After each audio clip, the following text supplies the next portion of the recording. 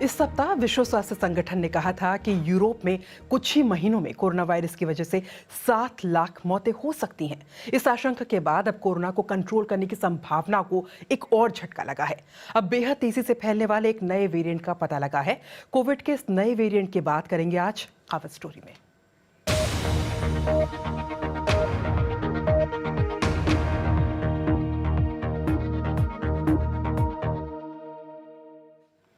दुनिया भर में तेजी से फैल रहे कोरोना वायरस के एक नए वेरिएंट ने सबकी चिंता बढ़ा दी है। साउथ अफ्रीका में तेजी से फैल रहे इस नए वेरिएंट की खबर मिलने के बाद दुनिया भर के देश सतर्क हो गए हैं। अभी तक की जानकारी के मुताबिक वैज्ञानिकों ने इसका नाम B11529 बताया है। इसे अब तक का सबसे खतरनाक वेरिएंट बताया जा रहा है और ये अब तक पाए गए सभी वेरिएंट्स के मुकाबले सबसे ज्यादा म्यूटेटेड यानी सबसे ज्यादा संक्रामक है और इसका स्पाइक प्रोटीन भी कुछ इस तस्वीर जैसा नजर आता है। अभी तक इस नए वेरिएंट के सिर्फ 59 कंफर्म्ड केसेस सामने आए हैं। ये केस साउथ अफ्रीका, हांगकांग और बोत्सवाना में पाए गए हैं। हालांकि अभी इस पर और शोध होना बाकी है, लेकिन डर इस बात का है कि ये प्रतिरक्षा यानी कि इम्यूनिटी से बच सकता है और अब तक विकसित की गई वैक्सीन्स इस पर बेअसर साबित हो सकती है। इस वेरिएंट के संभावित खतरों पर चर्चा करने के लिए WHO ने आज जेनेवा में एक बैठक बुलाई। बैठक से पहले इसके प्रवक्ता ने कहा कि ये वेरिएंट कितना खतरनाक है ये पता लगाने में अभी वक्त लगेगा। शुरुआती नतीजे बताते हैं कि इस वेरिएंट में बहुत म्यूटेशन हुए हैं जिन्हें समझने में वक्त लगेगा। ये वेरिएंट कितना असरदार हो सकता है ये जानने में भी अभी और समय लगेगा। शोधकर्ता इसका म्यूटेशन समझने में जुटे हुए हैं ताकि पता चल सके कि ये कितनी तेजी से फैल सकता है। इसका पता लगाना कितना मुश्किल होगा, इसका इलाज और वैक्सीन बनाने की दिशा में क्या करना होगा। B11529 नाम का ये वेरिएंट बहुत तेजी से फैल रहा है। इस बारे में और जानकारी दे रहे हैं दक्षिण अफ्रीका में मौजूद BBC संवाददाता एंड्रयू हार्डिंग।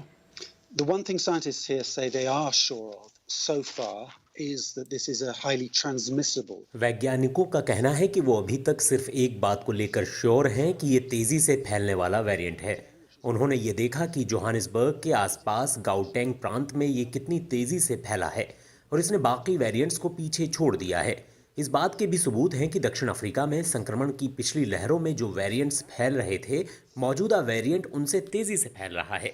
यहाँ लोगों की सुरक्षा इस बात पर निर्भर करेगी कि टीकाकरण कितने ज्यादा लोगों का होता है। Safety and some defense.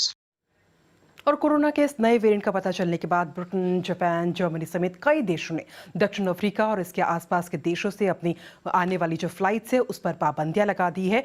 यूरोपीय संघ की प्रमुख ने इस वेरिएंट को चिंताजनक करार देते हुए कहा है कि यूरोपीय संघ ने भी इस फ्लाइट के उड़ानों के लिए प्रतिबंध पर विचार करने पर अपना मन बना लिया है और डर अब इस बात का है कि ये वेरिएंट तेजी से फैल सकता है और वैक्सीन को कम प्रभावी भी बना सकता है।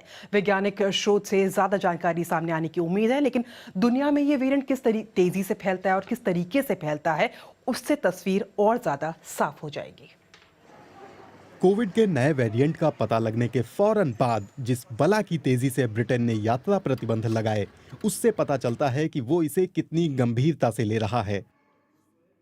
दक्षिण अफ्रीका से रोजाना 500 से 700 लोग ब्रिटेन पहुंचते हैं। नए वेरिएंट के ज्यादातर केस दक्षिण अफ्रीका से ही फैल रहे हैं। It may be more transmissible. ये डेल्टा वेरिएंट से भी ज़्यादा संक्रामक हो सकता है। हो सकता है कि अभी जो वैक्सीन है वो इस पर ज़्यादा असर भी ना करें। हालांकि ब्रिटेन में अब तक इस नए वेरिएंट को डिटेक्ट नहीं किया गया है, लेकिन हमने हमेशा से कहा है कि कोरोना को काबू में करने में हमने अब तक जो प्रगति हासिल की है उसे नुकसान नहीं पहुंचने देंगे। नए वेरिएंट के बारे में महज 3 दिन पहले ही पता चला है। विश्लेषण करने पर पाया गया कि इसमें मौजूदा डेल्टा वेरिएंट से 2 गुना तेजी से म्यूटेशन हो रहा है। इंसान के शरीर में घुसने के लिए वायरस जिस स्पाइक प्रोटीन का इस्तेमाल करता है, उसमें 30 तरह के बदलाव होते हैं। इस नए वेरिएंट का पता महज कुछ दिन पहले ही लगा है। इसके म्यूटेशन को देखते हुए हम कह सकते हैं कि ये पहले के वेरिएंट की तुलना में बहुत तेजी से फैलता है। म्यूटेशन का विश्लेषण करने पर पता चलता है कि मौजूदा वैक्सीन इस पर कम असरदार हो सकती है, लेकिन ये कितना गंभीर साबित होगा अभी कोई सबूत नहीं है। लेकिन हम इसके वो तमाम पहलू पता लगाने की कोशिश कर रहे हैं जो अभी हमें मालूम नहीं है। इन तमाम वजहों से ये वुहान में सबसे पहले पाए गए कोरोना वेरिएंट से अलग है। उसी वुहान स्ट्रेन को ध्यान में रखते हुए सभी वैक्सीन बनाई गई हैं। हालांकि अभी इस बात के पुख्ता सबूत नहीं है कि ये वेरिएंट लोगों को गंभीर रूप से बीमार कर सकता है या वैक्सीन को निष्प्रभावी साबित कर सकता है। अभी 2 से 3 सप्ताह का वक्त लगेगा, जब लैब टेस्ट के बाद पता चल सकेगा कि क्या महामारी के दौर से गुजर रही दुनिया के लिए ये एक और चुनौतीपूर्ण वक्त है या फिर ये चिंता की बात नहीं है। और नए वेरिएंट की खबर आने के बाद तो दुनिया के कई स्टॉक मार्केट्स पर भी इसका असर देखने को मिला है। यूरोप और एशिया के शेयर बाजार में खुलने के बाद तेज गिरावट दर्ज की गई। जापान का निक्केई 2.5% से ज्यादा गिरा। हांगकांग का हैंग सेंग में भी ऐसे ही गिरावट देखने को मिली और सबसे ज्यादा असर ट्रैवल एंड टूरिज्म इंडस्ट्री से जुड़े कंपनियों के शेयर्स में नजर आया। अमेरिकी बाजार के भी निचले स्तर से खुलने का अनुमान है। लेकिन हमें आखिर कितनी चिंतित होना चाहिए, हमें ये जानने के लिए हमने यूनिवर्सिटी ऑफ पुत्रा मलेशिया की वायरोलॉजिस्ट से बात की। It's estimated there's at least 32 mutations on the spike protein. अनुमान ये है कि इसके स्पाइक प्रोटीन में 32 म्यूटेशंस हुए हैं। Delta variant in alpha variant. So they are worried that all these mutations may causing the इनमें से कुछ म्यूटेशन अल्फा और डेल्टा वेरिएंट में देखे गए थे, तो शंका इस बात की है कि इतने म्यूटेशन की वजह से वैक्सीन इस पर बेअसर हो सकती है। good thing is that these variants you can be easily detected using RT-PCR. So अच्छी बात यह है कि आम पीसीआर टेस्ट से इस वेरिएंट का आसानी से पता लगाया जा सकता है। हमें उम्मीद है कि जब ये वेरिएंट अन्य देशों में पहुंचेगा तो वहां आसानी से इसका पता लगा लिया जाएगा। the variant reached the individual country. Covid के B11529 वेरिएंट से पहले अब तक कोरोना के और भी वेरिएंट सामने आ चुके हैं। ज्यादा संक्रामक वेरिएंट को वेरिएंट्स ऑफ कंसर्न कहा जाता है। अल्फा वेरिएंट जिसका सबसे पहले यूके में पता चला और अब वो 50 से ज्यादा देशों तक फैल चुका है। बीटा वेरिएंट सबसे पहले दक्षिण अफ्रीका में पता चला उसका, और अब ये यूके समेत 20 देशों में पाया जाता है।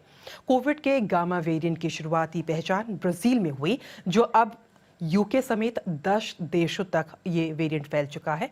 और अंत में डेल्टा वेरिएंट जिसके सबसे पहले भारत में केसेस नजर आने लगे थे, अब वो बड़े पैमाने पर ब्रिटेन में फैला हुआ है। और डेल्टा वेरिएंट का ही एक और प्रकार जिसे डेल्टा प्लस के नाम से भी जाना जाता है, उस पर ब्रिटेन के अधिकारियों ने अपनी नजरें बनाई हुई हैं।